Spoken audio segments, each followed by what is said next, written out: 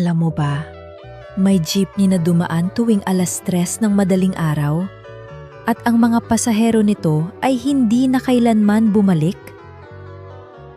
Noong isang gabi, si Manong Tonyo ay nagmaneho ng kanyang jeepney sa Cavite. Gabi na, 11:00 na, pero may pasahero pa rin siyang hinihintay sa dulo ng kalye. Tapos, may tumawag sa kanya. Isang babae, nakaputing damit, nakatayo sa isang waiting shed na hindi niya kilala. "Sakay po," sabi niya, tapos tumawa ng mahina. Bumaba ang babaeng iyon sa may kanto ng lumang simbahan. Binayaran siya ng barya, basa at malamig.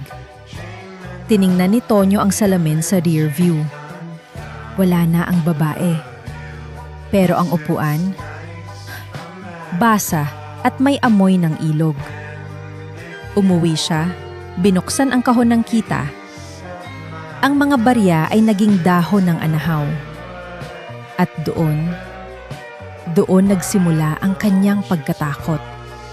Kinabukasan, bumiyahe ulit si Tonyo kahit takot na siya. 3:00 na ng madaling araw, may tumawag ulit sa waiting shed. Hindi isa, kundi 3 lalaki. Sumakay sila, tahimik lang. Malamig ang hangin sa loob. Tiningnan ni Tonyo ang salamin. At doon, nakita niya, ang mga mukha nila ay malabo, parang nabubulok na kahoy. Tumakbo ang jeepney ng mabilis. "Baba na po," sabi ng isa. Boses na parang galing sa ilalim ng tubig.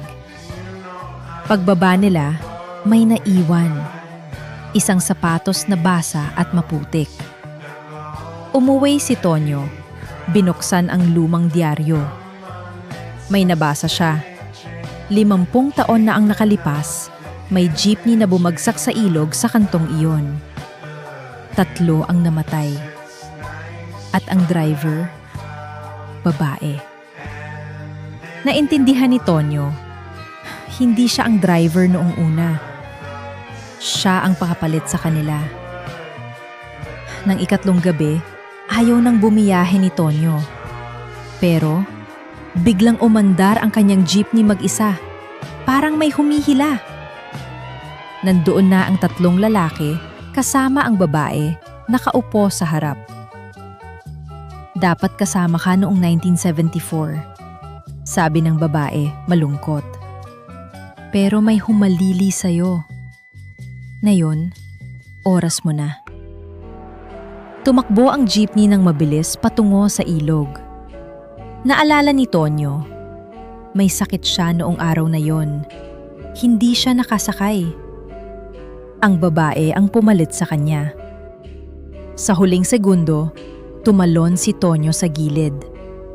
Ang jeepney ay bumagsak sa tubig na malalim.